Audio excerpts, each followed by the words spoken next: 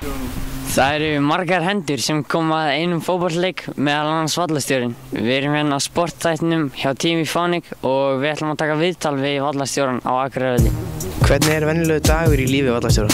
Það er bara ágættur sko, bara slá og rakka og eitthvað.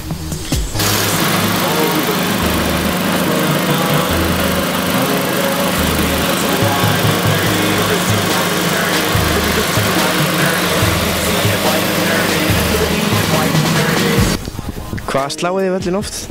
Tvisvar í viku.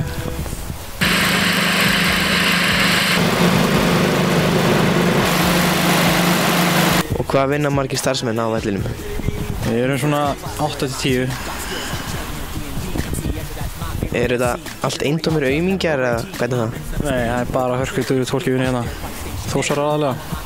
Sem starfsmaður hérna, hvað gerir á daginn? Bara rakka og gera það sem hann segir í rauninni. Er hann mjög leiðilegur? Nei, hann er fín. Og hvað, hvort ertu káamaður eða Þórsari? Þórsari, sjálfsögð. Hvað ertu þá að gera á káavellinu?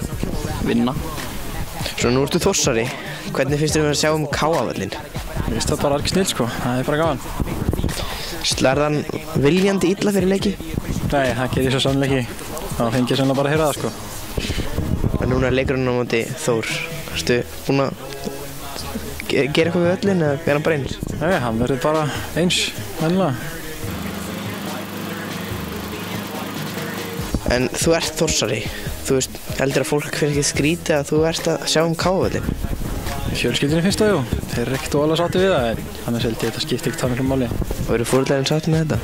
Já, þeim er alveg sama. Er þér ekki boðið í fjölskylduafmæli?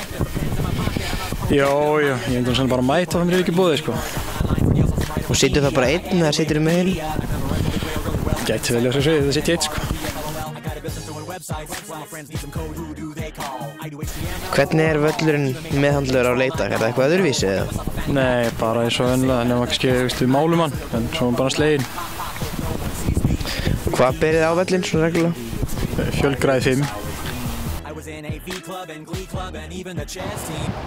Þetta ekki vel slegið hann verið? Ha? Nákvæmlega sko.